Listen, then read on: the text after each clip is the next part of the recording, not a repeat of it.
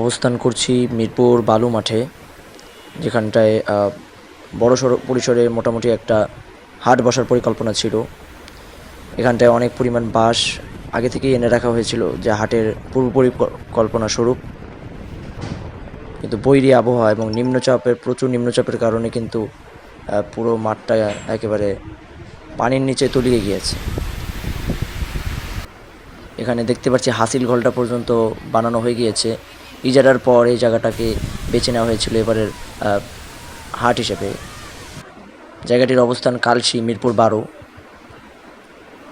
তো এখানে দেখতেই পাচ্ছি প্রচুর পরিমাণে, মানে ক্যামেরা অনুযায়ী বোঝা যাচ্ছে যে একটা পুকুর টাইপের হয়ে গিয়েছে। ক্যামেরা অনুযায়ী বোঝা যাচ্ছে। এখানে দেখতে পাচ্ছি ক্রেন আনা হয়েছিল মাটি কাটার জন্য।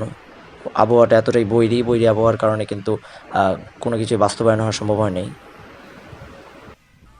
তবে এখনও আশা করা যাচ্ছে, যদি 1 থেকে 2 দিনের মধ্যে যদি পরিবেশটা কমপ্লিট হয়, ঠিক হয়, তাহলে কিন্তু সম্ভব এখনও এখানে হাট বসানো। এখানে অনেক মানুষকে দেখতে পাচ্ছেন, তারা কিন্তু ওইখানেই ছিল। ওই বৃষ্টির জন্য তাদের অবস্থান চেঞ্জ করতে হয়েছে এবং বর্তমানে তারা এখানে অবস্থান করছে।